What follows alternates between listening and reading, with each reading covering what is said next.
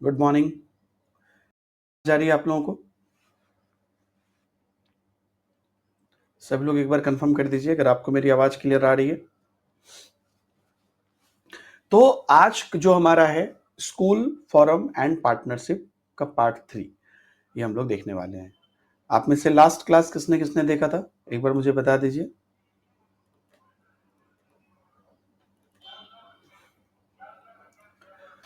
Last class किसने किसने देखा था? क्या पढ़ा था हम लोगों ने लास्ट क्लास में?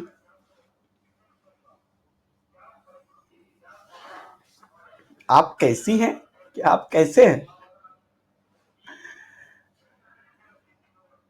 और लास्ट क्लास में हम लोगों ने इवैल्यूएशन, असेसमेंट, सेल्फ असेसमेंट इत्यादि देखा था।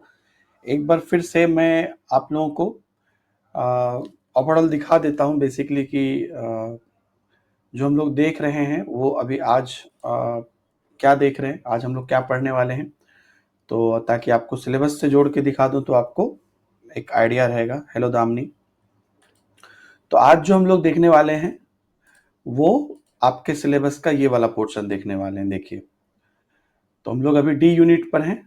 ठीक है, मतलब डेली मैं इसलिए दिखा देता हूँ कि एक आपको भी आइडिया रहेगा कि आप क्या कर रहे हैं, बेसिकली क्या पढ़ रहे हैं।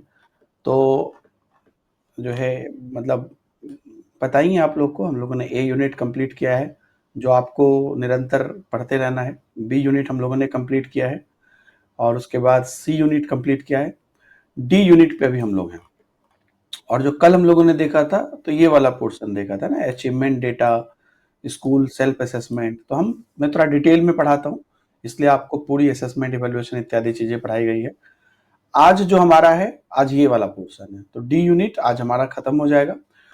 तो स्कूल फोरम एंड पार्टनरशिप को मैंने, मतलब ये पूरा जो ऑर्गेनाइजेशन है इसको मैंने आपको कई पार्ट में बांटा था, जिसमें कि शुरुआत में लीडरशिप पर पढ़ा, फिर स्कूल फोरम पार्टनरशिप के अलग से 3 यूनिट पढ़े। तो आज हमारा ये वाला पोर्शन होने वाला है।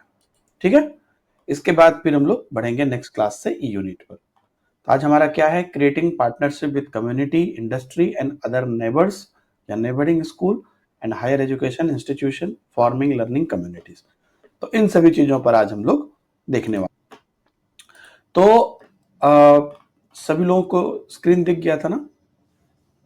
Very good. तो चलिए शुरुआत करते हैं। School forum and partnership title तो है, लेकिन इंटरनली आप लोग समझ रहे हैं। तो बिल्डिंग पार्टनरशिप विद कम्युनिटी, यहां पर भी आपको मैच कर गया कि building partnership with community and industry and other neighbouring school, जो मैंने भी आपको वहां पे भी दिखाया था, higher education institution forming learning community. तो बेसिकली आप में से किसको किसको ऐसा लगता है कि स्कूल की जो कमेटी होती है, जो हम लोग अलग अलग फॉर्म करते हैं कम्युनिटी का या कमेटी का स्कूल के ग्रोथ के लिए, उसका अहम रोल होता है? अगर होता है तो क्या होता है, एक बार आप लोग बताइए मुझे सभी लोग, क्या रोल होता है उसका? अगर आप स्कूल की कम्युनिटी की बात करते हैं या कोई भी जो हम कमेटी बनाते हैं, है ना, स्कूल का जो रिलेशन किसी भी कमेटी से या हमारे आसपास के कम्युनिटी से करते हैं, सब लोग बताइए। वर्षा, दामिनी, मिस्टर डीएल, रेणुका, अभिनय, गायत्री, क्या बेसिक उसका जो है रोल है, क्यों हम करते हैं? तो सरल भाषा में अगर बोला जाए तो किसी भी ऑर्गेनाइजेशन को चलाने के लिए एक बेहतर माहौल की जरूरत होती है, एक बेहतर व्यवस्था की जरूरत होती है। और ये बात एज अ टीचर हम लोग जानते हैं कि कोई भी काम जब ग्रुप में की जाती है ना, या एक जिम्मेदारी जैसी कमिटी बना के की जाती है, तो काम बहुत अच्छे से होता है। आप बहुत प्रैक्टिकली समझिए कि आपके घर में अगर कोई चीजें, आजकल तो हर चीज के कॉन्ट्रैक्ट होने लगे, लेकिन खास करके पुराने जमाने में अभी भी गांव घर में कोई भी अगर फंक्शन होता है ना, फैमिली में या किसी मान लीजिए शादी है, तो ना उसमें लोगों को अलग अलग जिम्मेदारी दी जाती है, कमेटी बनाई जाती है। इनफैक्ट गांव सब में तो कमेटी बनी हुई है कि ये लोग जो है ये खाना खिलाएंगे, ये लोग मार्केटिंग में माहिर हैं, ये लोग डिसीजन मेकिंग में माहिर हैं। बड़े बुजुर्ग 5 लोग बैठेंगे, लिस्ट बनाएंगे, कुछ लोग बारातियों की सेवा के लिए लगेंगे। तो ये ना पूरा एक टीम फॉर्म करती है। हर चीज को हम लोग को अपने रोजमर्रा की जिंदगी से जोड़ना है, क्योंकि हर काम हम लोग कर रहे हैं। तो जब हम अलग अलग कमिटी बनाते हैं, कहाँ पे, हमारी कम्युनिटी के साथ, तो हमारा काम आसान हो जाता है। और जो जिस चीज के माहिर हैं, हम उसी को उसका रोल देते हैं। हाँ, बेहतर व्यवस्था होना, रेणुका सही बोल रही है ना। स्टूडेंट सब एक दूसरे से लिंक हो जाते हैं, बिल्कुल वर्षा, है ना, जुड़े रहते हैं। तो ये बात तो हम लोग जानते हैं कि कितना इम्पैक्टफुल होता है ना, कि कोई भी चीज इम्प्लीमेंट करना, चाहे वो कोई भी, बिल्कुल दामिनी, कोई भी स्कूल रिलेटेड स्कीम हो या कोई भी चीज हो।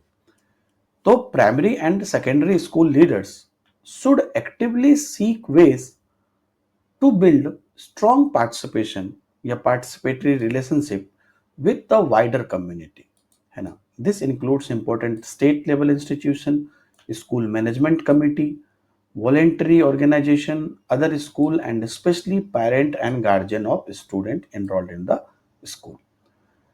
The school makes an important contribution to the progress of the community, and the school leader must be aware not only of the community or he or she serve, but also of its need, hope, and expectations. As a school leader, you do not need to work alone, as the SMC is there to support you.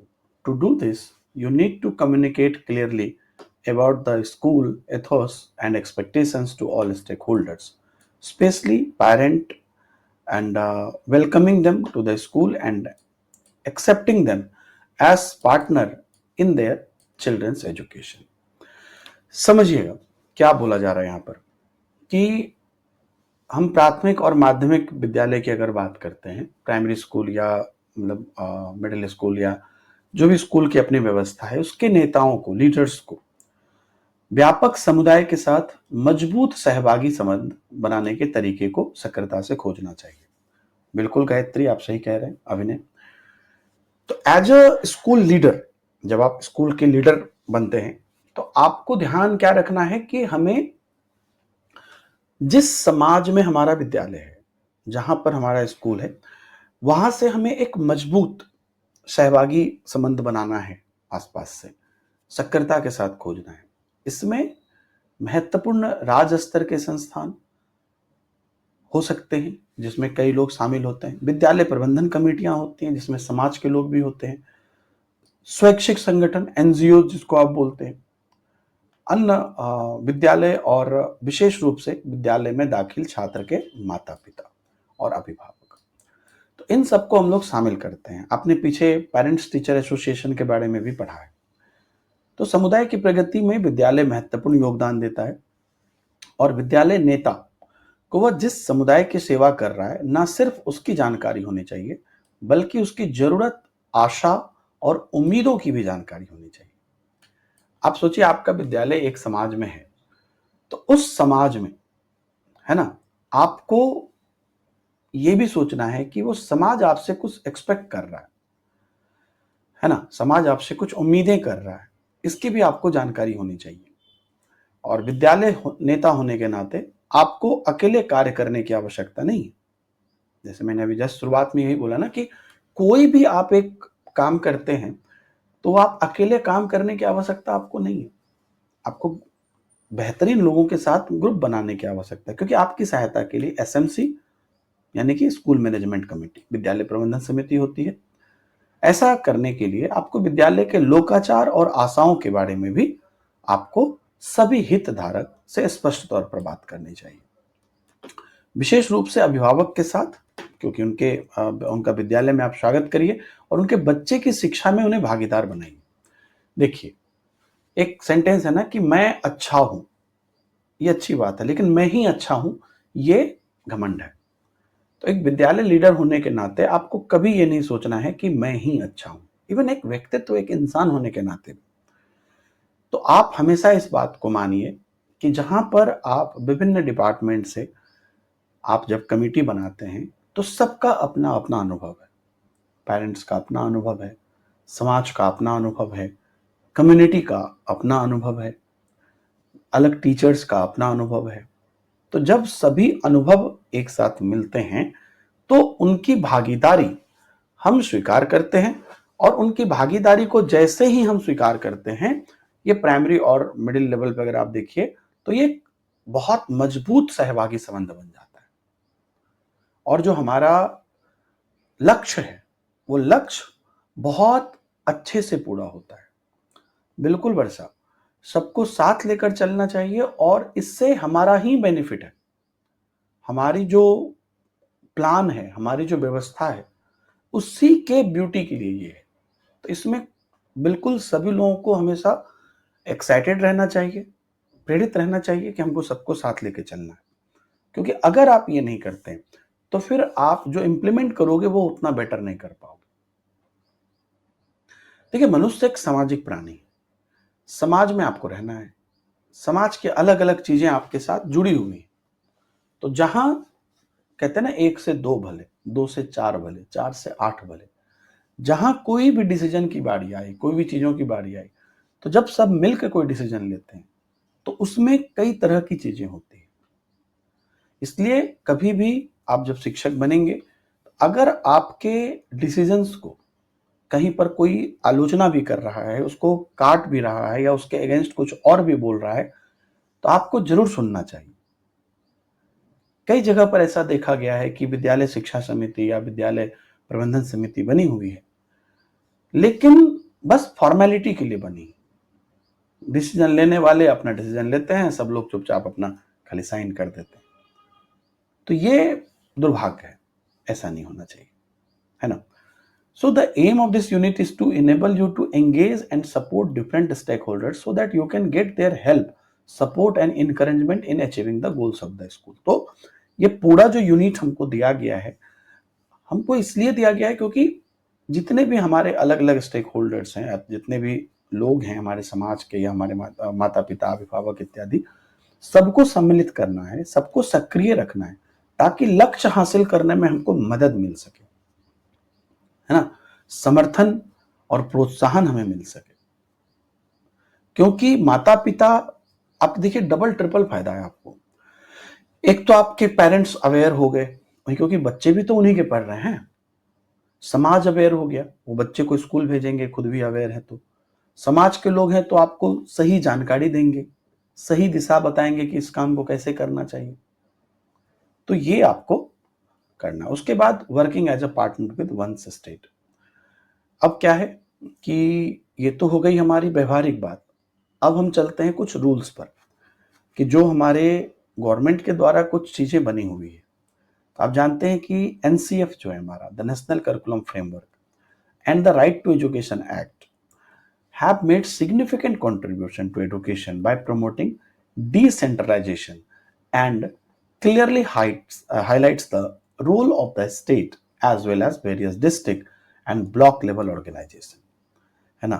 But by clearly describing it, it has changed the scenario of school education in India.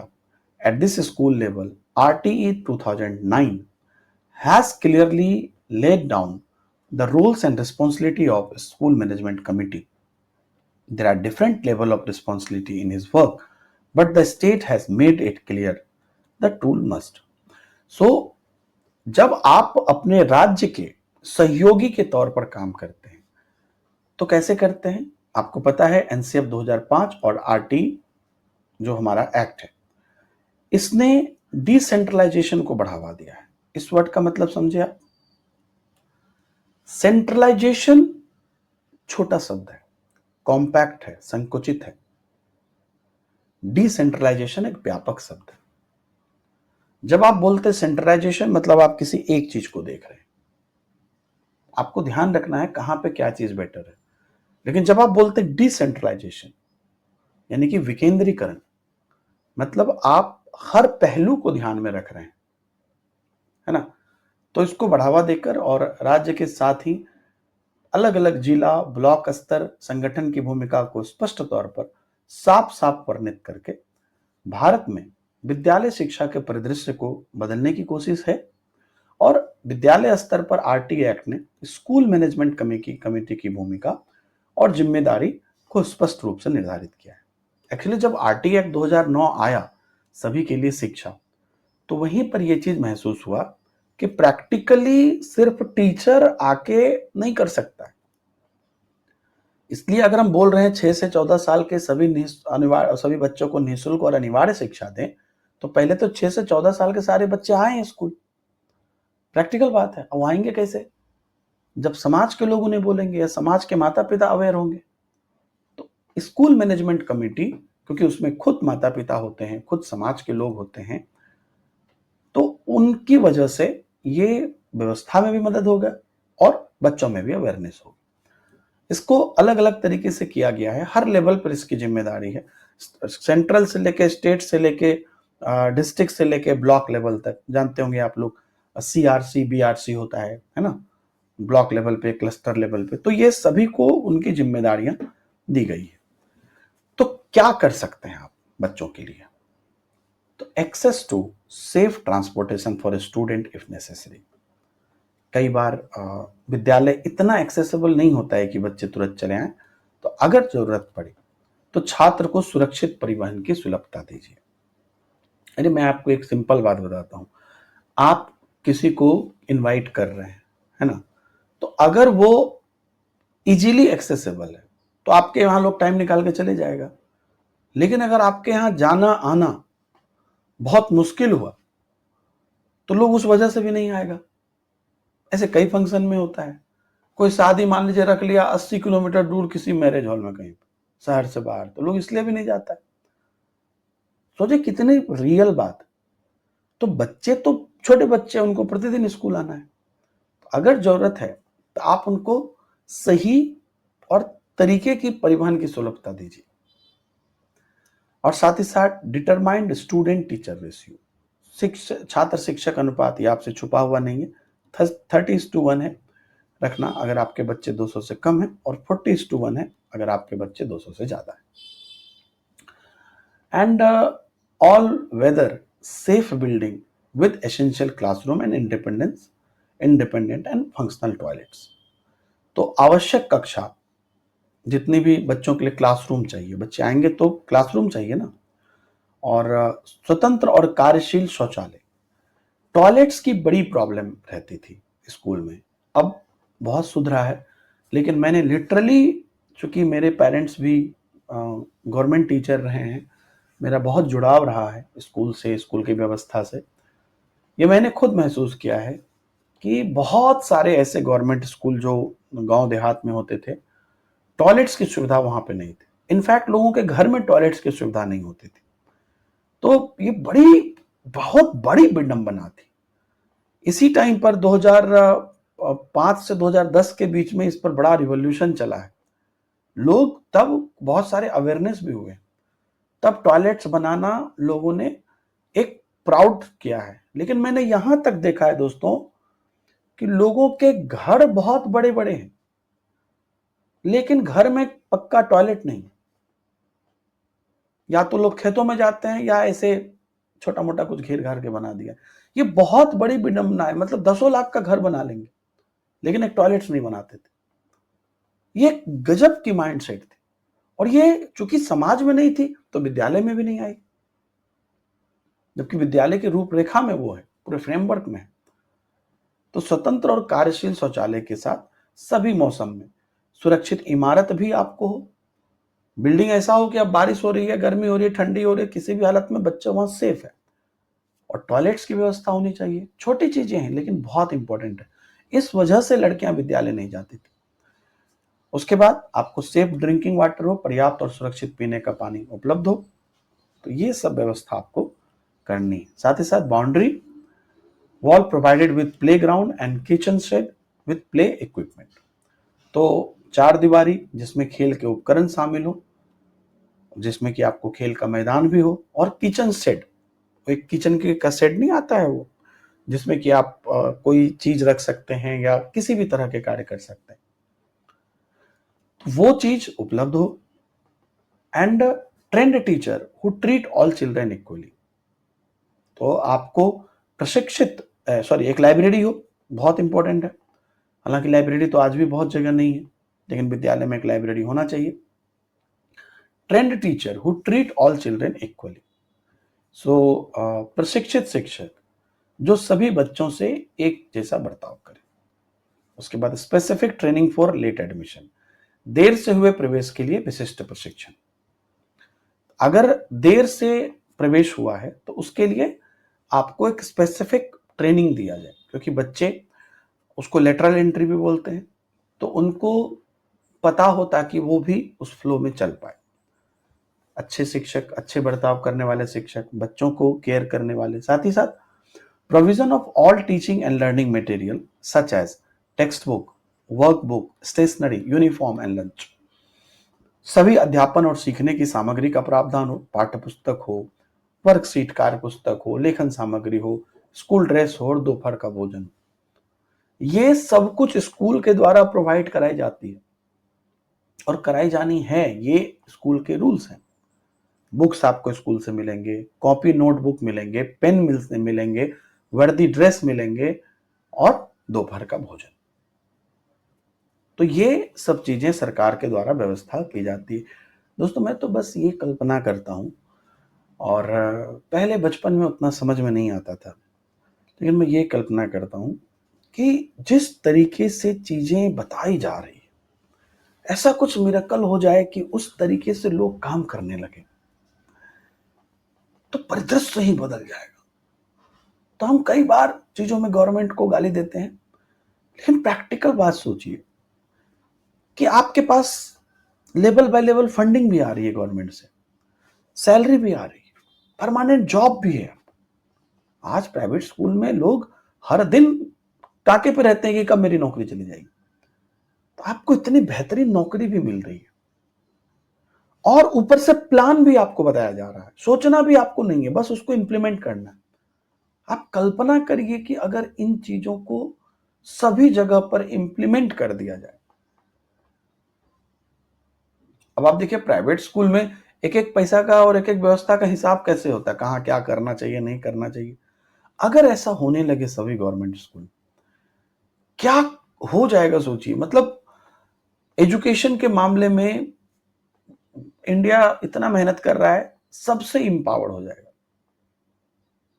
लेकिन क्या होता है, fund आते आते ऊपर से नीचे तक आधा वो खाया, आधा वो खाया, आधा वो खाया। आप समझ रहे हैं, आप कल्पना कर रहे हैं, जहां पर आज प्राइवेट स्कूल एक एक साल के 1-1 लाख रुपए लेता है बच्चे के एजुकेशन के लिए, वहां पर स्कूल में बच्चे की सब चीज फ्री है, खाना से लेके एवरीथिंग। टीचर भी अच्छे से सेलेक्ट होके आ रहे हैं। अब वही टीचर जब प्राइवेट स्कूल में रहते हैं नौकरी लगने से पहले, तो बहुत अच्छे से एकदम स्मार्ट होके जाएंगे, फुल पैंट शर्ट, एकदम बच्चों को पूरा रूल्स फॉलो करेंगे। 9 बजे से स्कूल है तो 8:55 में एंट्री है।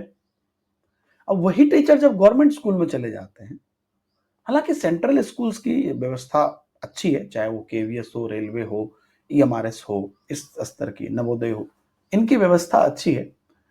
लेकिन जो स्टेट गवर्नमेंट के स्कूल्स हैं, उनमें आज भी स्थिति बहुत चरमराई हुई है। It is very likely that the state will have the various initiative and scheme to shoulder these responsibilities, such as 3-year program to erect a fence around every primary school, a recruitment program to fill 50,000 teachers position, a program to provide education to students with educational disability, concrete plan to set up mobile vans with specific service or technical infrastructure across the state। तो इसकी बहुत संभावना है कि इन जिम्मेदारियों के वहन के लिए राज्य के पास अलग अलग प्रकार की पहल और योजना हो, जैसे कि प्राथमिक विद्यालय के इर्द गिर्द बाड़ लगाने के लिए 3 वर्षीय कार्यक्रम। ये सब अलग अलग योजनाएं चली है। 50,000, एक मतलब आपको सैंपल दिया गया है, 50,000 शिक्षकों की जगह भरने के लिए भर्ती प्रोग्राम, जो भर्ती प्रोग्राम का हिस्सा आप लोग बनते हैं। शैक्षिक विकलांगता वाले छात्र के लिए विशेष सेवा, है ना, उसके साथ मोबाइल वैन्स इत्यादि होने चाहिए किसी भी इमरजेंसी के लिए, और तकनीकी बुनियादी सुविधा होनी चाहिए। इन सब चीजों के अलग अलग जो है हमें योजनाएं चलानी है, अलग अलग पहल चलानी चाहिए, जिससे कि इन योजना पर काम करना जो है एक बेटरमेंट के लिए, मतलब, लेकिन ये तब तक नहीं होगा दोस्तों जब तक कि ना एक हौसले के साथ, एक पूरे इंटरेस्ट के साथ लोग काम करेंगे। आज आप सोचिए कि आप लोग ऑनलाइन शॉपिंग करते हैं, आज कितनी चीजें डिजिटल हो गई। आपको कोई एक सामान खरीदना है, अगर आपको कहीं पर 385 रुपये में मिल रहा है फ्लिपकार्ट पे, वही मिंत्रा में अगर 330 में मिल रहा है, वही अमेजोन पे 320 में मिल रहा है सेम प्रोडक्ट, तो आप अमेजोन से जाके पूरा सर्च करके लीजिएगा कि यहां से हम ले लेंगे। नॉर्मली बहुत यूजुअल चीज है। आप सोचिए कि आप अपने पाई पाई को कितने अच्छे से खर्च करते हैं और अपने घर में जितनी भी चीजें हैं उसको कितना संभाल के रखते हैं। तो विद्यालय भी तो सबसे बड़ा घर है ना बच्चों के जीवन का। विद्यालय में जो फंडिंग आती है, विद्यालय में जो व्यवस्था है, विद्यालय में जो चीजें हैं, मतलब आपके घर में आप प्रैक्टिकली सोचिए कि एक कोई चीज अगर टूट भी जाती है, अरे एक कार्टून लोग नहीं फेंकता है, बढ़िया कार्टून है इसको रख देते हैं, कोई चीज के काम आएगा। और स्कूल में आपको लाखों के बजट से चीजें आई हैं, या तो उस चीज का महत्व नहीं है या तो पैसा खा गए। और जो चीजें हैं भी उसके लिए भी तो वो पेन होना चाहिए ना कि ये है, बेंच डेस्क है, मैदान में पड़ा हुआ है, 1 महीना से बारिश हो रही है, सड़ गया। तो ये बड़ी जिम्मेदारी है। Partnering with other schools and NGO. So other schools in your area or state are important resource for you and source of advice and support. It's easy to focus on the challenge internal to your school, but it's important to remember that other schools have similar challenge and the solutions they have discovered can help you too. It may also be possible to work with other schools on creating learning opportunity and finding solutions. For example, you could partner with 3 other schools in your area to create a fund to purchase science lab equipment and benefit each school in turn, or you could team up and organize inter-school sports competitions. This will expand the sport curriculum of the student, and senior student will also get the opportunity to play the role of coaching and organizers. इसके एक point पर मैंने कुछ दिन पहले आपको YouTube पर एक क्वेश्चन कराया था कि जो मटेरियल्स है ना, हम लोग एक दूसरे जगह से बोरो कर सकते हैं अगर मल्टीपल स्कूल्स हमारे आसपास है तो। बिल्कुल वर्षा। तो अब क्या है कि अब हम कैसे बाकी लोगों की भागीदारी कैसे सुनिश्चित कर सकते हैं।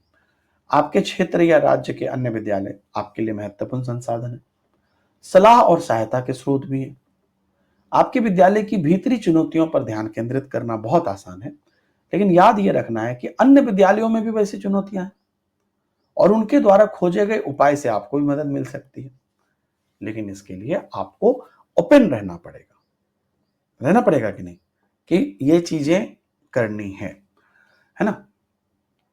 ऐसा भी हो सकता है कि आप जो है अन्य विद्यालय के साथ सीखने के अवसरों का निर्माण करने और उपायों को ढूंढने का काम करेंगे।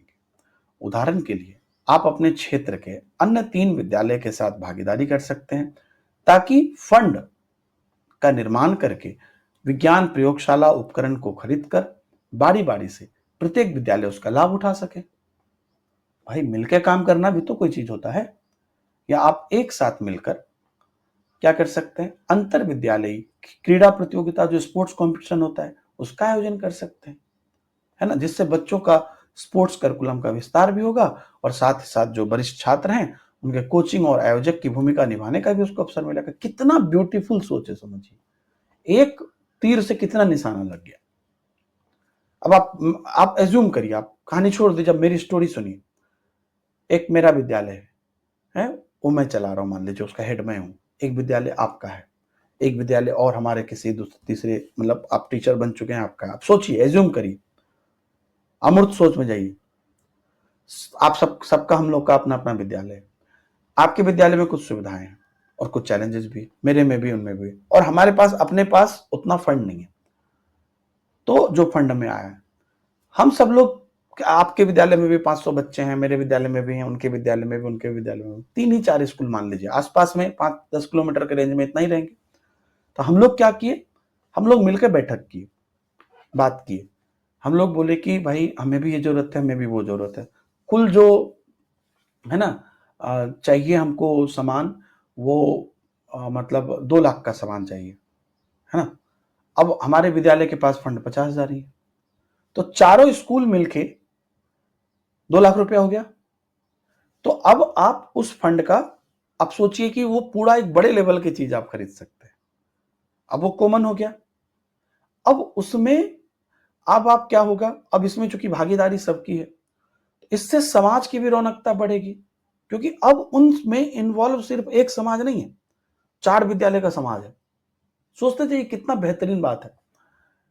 अब इसके बाद क्या हो रहा है, आप लोग अब स्पोर्ट्स कर रहे हैं, तो अब जब उसको इंप्लीमेंट कर रहे हैं, तब भी आप सब एक दूसरे के निकट आइए कि चलिए अब हम लोग ना अपने स्कूल्स के बीच में कंपटीशन कराते हैं। 4 स्कूल है, इसके बीच में इंटर स्कूल मैच कराते हैं, 2-2 के जोड़ी में सब एक दूसरे के साथ मैच खेलेगा, फिर सेमीफाइनल, फिर फाइनल, चाहे वो क्रिकेट हो, फुटबॉल हो, चीजें हो, कितनी रोमांचक चीजें होंगी। और बच्चों के साथ, और उसमें जो सीनियर बच्चे होंगे सारे स्कूल्स के, सबको मिलके काम करने का मौका मिलेगा। सब लोग कई लोग बच्चे को लीडर्स बनाए जाएंगे, एक दूसरे के साथ कोलैबोरेशन बढ़ेगा, एक दूसरे की समाज को एक्सेप्ट करने का मौका मिलेगा। कितना मेंटली, फिजिकली, इमोशनली और स्कूल का जो कल्चर स्ट्रेंथ है वो कितना डेवलप होगा, सोचिए। तो ये आपको सोचना पड़ेगा, समझना पड़ेगा, है ना। मैं आपको बताता हूं एक एग्जाम्पल, रियल एग्जाम्पल, क्योंकि वो मेरे पिताजी के स्कूल का है। मेरे पिताजी अभी रिटायर्ड हैं। मेरे पिताजी को प्रेसिडेंट ऑफ इंडिया से अवार्ड मिला है, बेस्ट टीचर का और बेस्ट सोशल वर्कर का, प्रेसिडेंट ऑफ इंडिया से, भारत के राष्ट्रपति से। और बड़ा उनका स्कूल वायरल हुआ था, ट्रेन की शक्ल में उन्होंने अपने स्कूल को बनवाया था। और मैं आज भी लिटरली मैं कहता हूं, मैं उनका बेटा हूं, लेकिन आज भी मेरे लिए वो मिरेकल है। जिस तरह से बिहार के बहुत ही छोटे जगह पर, जहां पर कि कोई भी ना पढ़ने की कोशिश कर रहा है ना ये कर रहा, उनकी जहां पे नौकरी थी, ऐसा इलाका था कि सब नशे में सोया रहता था। उस जगह पर स्कूल की माहौल को ऐसा बनाया, कभी आप जाते ना, मतलब मेरे पिताजी के स्कूल के बगल में एक बहुत बड़ा प्राइवेट स्कूल खुला, लेकिन वो नहीं चल पाया। और उन्होंने खुद आके बोला कि सर हम आपके बच्चे को नहीं काट पाए। मतलब स्कूल के पास, गवर्नमेंट स्कूल के पास फंड को आपको बस इस्तेमाल करना है। एक्चुअल में सरकार आपको लिबर्टी देती है, इनके स्कूल के पास सारे समस्त चीजें मौजूद। एक तो स्कूल की ब्यूटी देखिएगा तो आपको मजा आ जाएगा। दूसरी चीज कि आप वहां का नहीं, वहां का मतलब पैर धोने के लिए अलग पानी, पीने के लिए अलग पानी, शौचालय लड़कियों के लिए, लड़कों के लिए अलग, और वो पर डे क्लीन हो रहा है, एवरी 2 आवर्स पे, 1 आवर्स पे क्लीन हो रहा है। किचन जहां पे बच्चों का खाना बनता था वो एक अलग उसकी व्यवस्था, उसका एक अलग हाइजीन का इंतजाम किया हुआ था। वो खुद, चूंकि पापा प्रिंसिपल थे तो खुद सब चीज का निरीक्षण करते थे और पढ़ाते भी थे। वो इंग्लिश और मैथ के टीचर भी थे, पढ़ाते भी थे एज ए प्रिंसिपल। और उसके बाद स्कूल के पास अपना सब कुछ है, स्पोर्ट्स खेलना है, सारी व्यवस्था है, कोई प्रोग्राम हो रहा है, सारा टेंट उनका अपने स्कूल में था, स्पीकर्स हमेशा लगे हुए रहते थे स्कूल में, कोई भी अनाउंसमेंट करना है हो। और मेरी उस समय पर बुक आई थी बीएड की, तो मैंने उसमें ऐसे स्कूल की व्यवस्था पर एक टॉपिक था, यही सब टॉपिक था, उस पर मैंने उनके स्कूल का चर्चा करके उसका फोटो भी दिया है उसमें। मतलब आप जाओगे ना, आपको लगेगा कि मतलब एक मिरेकल है, ये गवर्नमेंट स्कूल नहीं है। चूंकि मतलब एक एक छोटी छोटी चीजों का इतना ख्याल रखा गया। और आपको जान के आश्चर्य लगेगा, जब पिताजी को, खैर वो बड़ी चीज नहीं है, लेकिन जब उनको प्रेसिडेंट अवार्ड मिला, उसमें उनको शायद कुछ 1 लाख रुपए कुछ मिली थी, उसमें उसमें पैसे भी मिलते हैं। वो 1 लाख रुपए, भारत के वो पहले टीचर थे जिन्होंने उसको पूरी उस स्कूल की व्यवस्था में लगा दिया, स्कूल के जीर्णोद्धार में लगा दिया। पैसा मिला, चेक मिला, वो चेक करके पूरी। और गजब का, मैं बोल रहा हूँ ना, मेरे लिए वो मिरेकल है। मैं इतना साइकोलॉजी पढ़ाता हूँ, मेरे लिए मिरेकल है। आज उस स्कूल की स्थिति बहुत खराब हो गई है, लेकिन जब पापा रिटायर हो गए हैं, 2 साल हो गया, उस स्कूल के एक-एक गाँव वाले जो कहते हैं ना दबंग, जो चलने नहीं देता है, वो लोग जब पापा ये बनवा रहे थे स्कूल का, मतलब नया-नया भवन बनवा रहे थे, तो वो लोग एकदम खुद से खड़े हैं। मतलब ईटा भट्टी के मालिक हैं, वो खुद खड़े हैं कि एक भी 2 नंबर ईटा नहीं आएगा। तो वो पापा के पीठ पे एकदम खड़े हैं, क्योंकि उनको पता था कि आदमी ईमानदार है। और वो एक-एक चीज, मतलब कोई मुखिया है, वो खुद वहां पे लगा हुआ है, बारिश में भीग, मैं खुद लिटरली देखा हूं। तो वो जो सपोर्ट है ना, वो आपको क्रिएट करना पड़ता है। तो आप स्कूल के लिए ये सारी व्यवस्था अच्छे से कर लोगे अगर आप सही तरीके से उसको फील करो। Similarly, there will be also be a voluntary organizations, locally non-government organization जो NGOs कहते हैं, with whom you can work in partnership. These organizations may have alternative ways to improve the quality of education in your school and may provide different teaching and learning resources, methods, material and share best practices with you that may benefit your school. है ना? तो इसी तरह स्थानीय तौर पर बहुत सारे एनजीओज भी काम करते हैं जिनके साथ आप भागीदारी में काम कर सकते हैं। हो सकता है इन संगठन के पास वैकल्पिक तरीके हो जिनसे आपके विद्यालय में शिक्षा की गुणवत्ता में सुधार हो। एनजीओज के पास भी बहुत चीजें रहती है। थैंक यू वर्षा। तो जो विभिन्न अध्यापन और सीखने के संसाधन, तरीके, सामग्री इत्यादि वो भी आपको प्रदान कर सकते हैं। एनजीओ के पास भी बहुत सारे फंड्स होते हैं, बहुत सारे प्लान्स होते हैं और सबसे अच्छी प्रथाओं को आपके साथ वो बांटे जिससे आपके विद्यालय को वो लाभ पहुंचा सके। सबको समझ में आ रहा है? ये चीजें फील करने की है दोस्तों। मैं चाहता तो इसे 2 पार्ट में खत्म कर सकता था, मैं जान के इस तीसरे पार्ट को रखा हूं ताकि इस बात के महत्व को आपको मैं बता सकूं कि कम्युनिटी, स्कूल, ऑर्गेनाइजेशन, हमारी व्यवस्था ये कितनी ज्यादा इंपॉर्टेंट है। अब आता है कि partnering with community, organisation and local business. NGO हो गया, स्कूल हो गया, समाज हो गया, व्यवस्था हो गया, समाज स्कूल मैनेजमेंट कमेटी हो गया। तो अब लोकल बिजनेस जो है, जो लोकल चीजें, so leading a school require a fair amount of coordination with community organization and local business. There will be many community organization near your school. Some will be informal, such as mothers organization or self-help group. Other will provide more structured service and program that improve opportunity available to a student through otherwise unavailable resources. They can offer program ranging from literacy and numeracy skill to perform art life skill, science and agriculture, popularization, communication skill and vocational guidance. Some help in school with midday meal, some other help through scholarship for a student, and there will be other who help build the infrastructure of school. Partnership between school and community organization ensure that these service and program are delivered with expertise and complement teachers teaching skills. क्या कह रहा है कि अब इनके साथ साथ तो हमारे आसपास के सामाजिक संगठन भी हैं, स्थानीय व्यापारी भी हैं, आपको उनका भी महत्व समझना चाहिए क्योंकि विद्यालय का नेतृत्व करने वाले के लिए सामुदायिक संगठन, स्थानीय व्यापारी के साथ अच्छी खासी मात्रा में सामंजस्य करने की आवश्यकता होगी। देखिए, आज एक बात मैं बताता हूं, बच्चे को हम भ्रमण पे ले जाते हैं, कहीं पे भी आप भ्रमण पे ले जाओगे या किसी चीज को कराओगे, उसमें भी तो समाज के साथ भागीदारी होनी चाहिए। और स्कूल को जब आप इंप्लीमेंट करते हो ना चीजें, तो बहुत सारी जिम्मेदारियां होती है। और जब तक समाज के विभिन्न, मैंने बोला ना आपको, मेरे पिताजी का स्कूल बन रहा था तो ईटा भट्टा का मालिक खुद खड़ा था, जो वहां का बाहुबली। समझ रहे हैं? तो आपको समाज से जितना ज्यादा कोलैबोरेशन होगा उतना ज्यादा आप बेहतरी कर पाएंगे, बशर्ते कि आप निष्पक्ष होकर काम करें।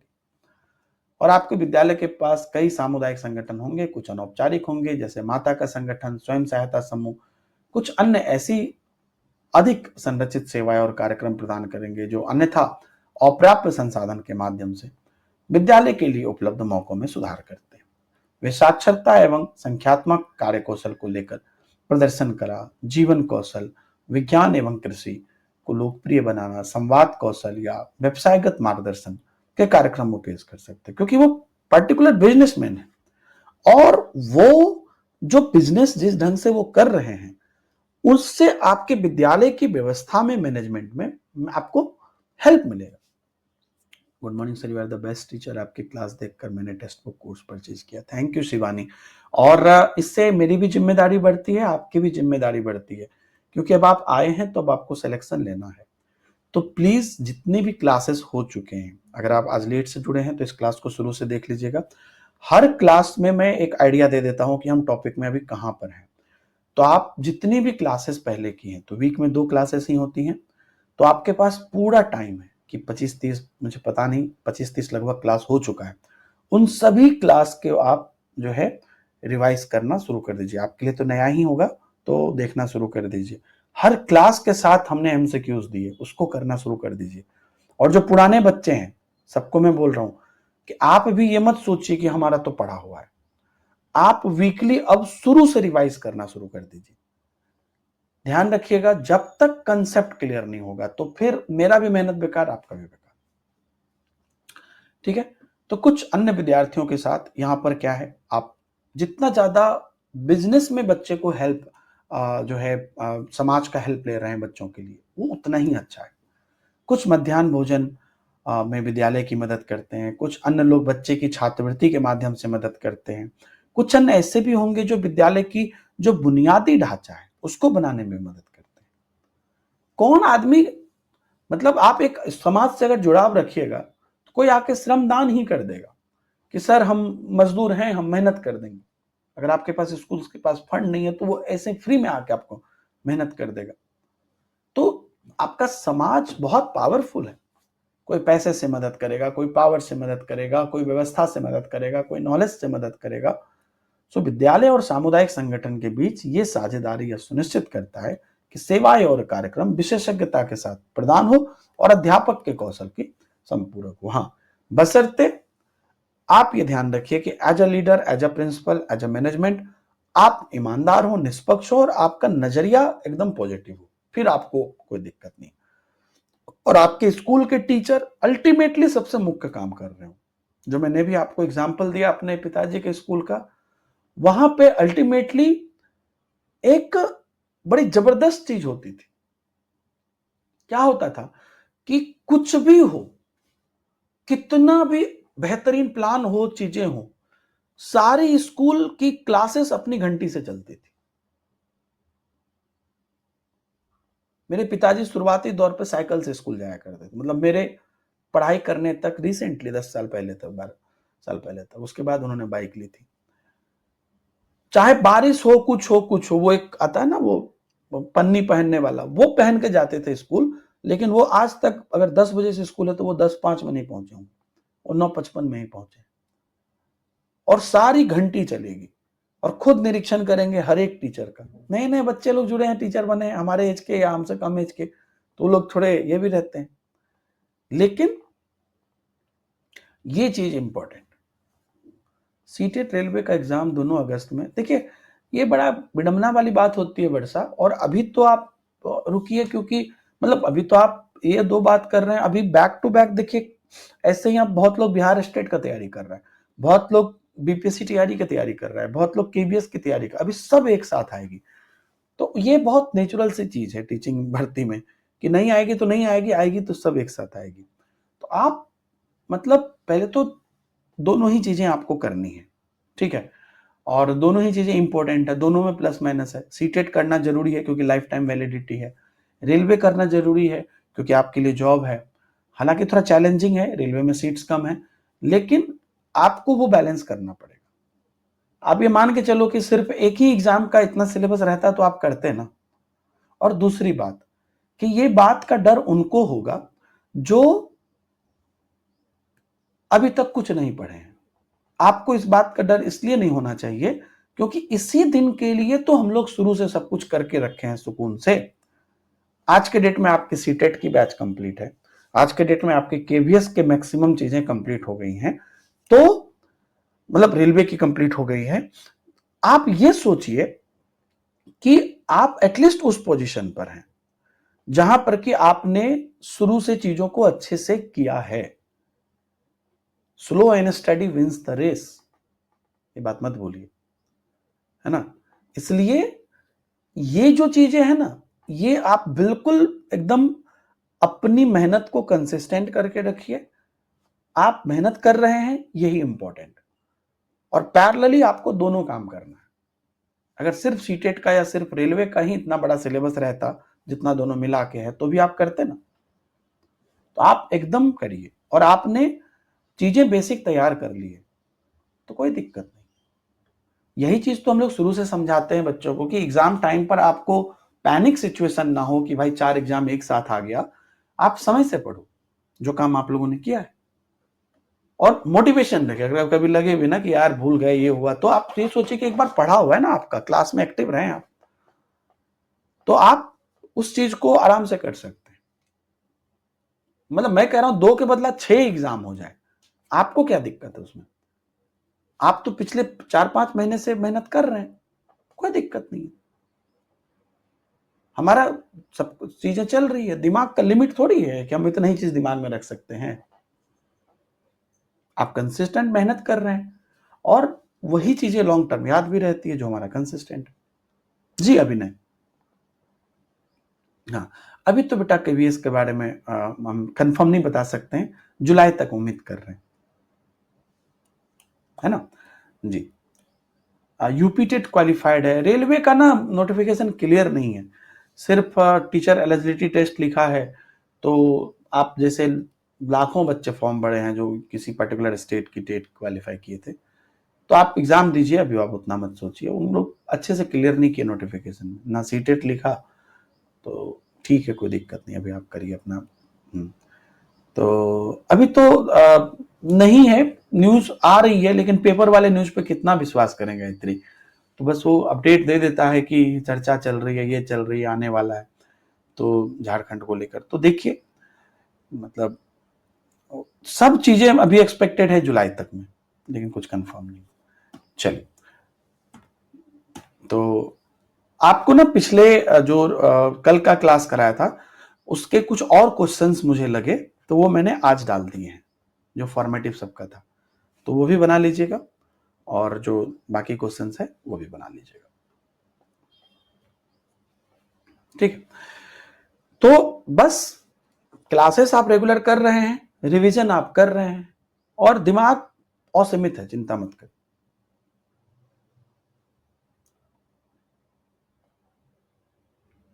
कोई बात नहीं संतोष जी, आपको बस शुरुआत करना है। देखिए, कोई भी काम करना है तो मेरे पास जब तरीका मिल गया है कि मेरे पास टीचर है, मेरे पास प्लेटफॉर्म है, मेरे पास सारी चीजें हैं, तो अब आपको सिर्फ काम करना है। मैं जिस चीज में जीरो भी हूं, मान लीजिए मुझे एरोप्लेन नहीं चलाने आता है, लेकिन अगर मेरे पास व्यक्ति है, एक्सपर्ट है, व्यवस्था है, सब कुछ है, तो मैं स्टेप बाय स्टेप करते जाऊंगा, सिंपल बात। मैं अपनी मेहनत करते जाऊंगा, होना नहीं होना वो बात की बात, लेकिन मुझे अपने में, अब आपके पास व्यवस्था है ना, आप जीरो है मैथ में, लेकिन आपके पास उसकी व्यवस्था है ना, आप उस व्यवस्था में संलग्न होके उस पर कंसिस्टेंट मेहनत करते जाइए।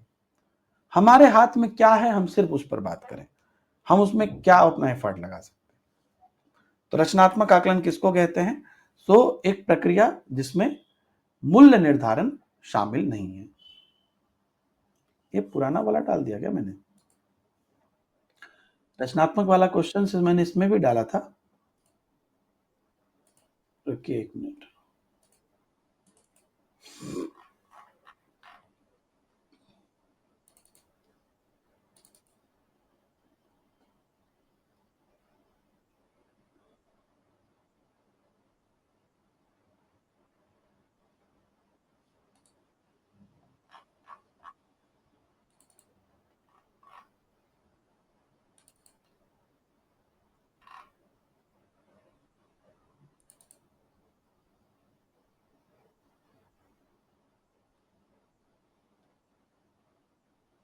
हम्म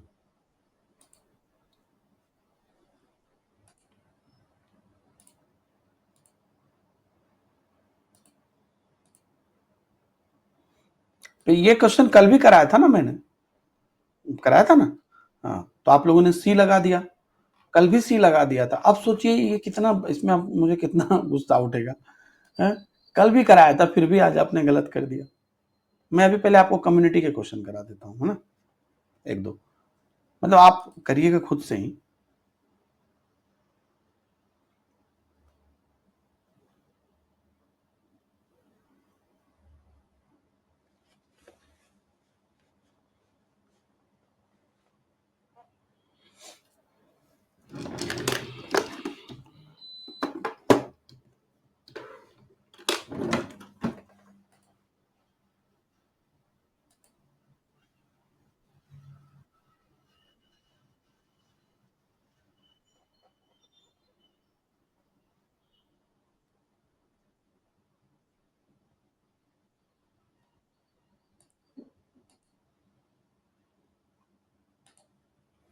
सो विद्यालय समुदाय भागीदारी का क्या महत्व है? तो आप सब लोग बिल्कुल सही बता रहे हैं। सामाजिक समस्या को हल करने में विद्यालय की सहायता करता है, क्योंकि विद्यालय के पास काफ़ी सारी सामाजिक समस्याएँ होती हैं, जिसमें कि विद्यालय कहीं न कहीं को ज़रूरत होती है। अब कई सारी चर्चा हम लोगों ने इस पे कर चुके हैं हम लोग।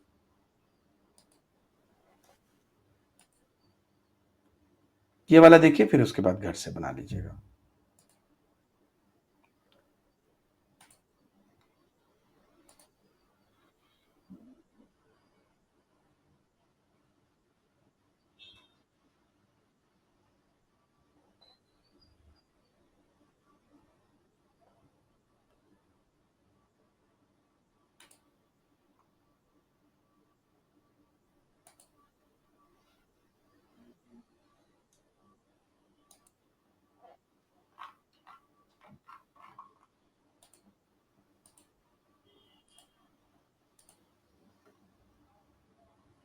सो स्कूल समुदाय परिवार साझेदारी का समर्थन करने के लिए न्यूज़लेटर्स का उपयोग कैसे किया जा सकता है?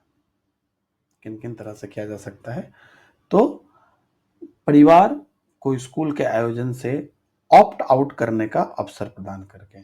ऑप्ट आउट करना मतलब, है ना, बाहर निकाल देना, गलत बात है। परिवार के साथ साझा की जाने वाली जानकारी की मात्रा सीमित करके नहीं, मतलब एक तो हटा देना, एक सीमित कर देना, ये दोनों ही गलत है। परिवार को स्कूल की नीतियां, घटना, समाचार पत्र बारे में सुनिश्चित करके, ये सही है। ऑप्ट आउट मतलब शायद आप लोग नहीं समझ पाए थे ना। ऑप्ट आउट मतलब हटा देना, भाई तुम चले जाओ, तुम्हारा जरूरत नहीं यहाँ पे है। तो पहला और दूसरा गलत है, ये सही है। तो सारे क्वेश्चंस बनाइए, बहुत सारे क्वेश्चंस आपको दिए हैं, इससे आपकी तैयारी अच्छी होगी। और क्लास अगर अच्छा लगे तो आप फीडबैक जरूर दे दीजिएगा, चंद शब्द अपने शब्दों में जरूर लिख दीजिएगा, उससे मुझे मोटिवेशन मिलता है, मुझे आता है आप लोगों का feedback. Thank you very much, bye bye, जय हिंद।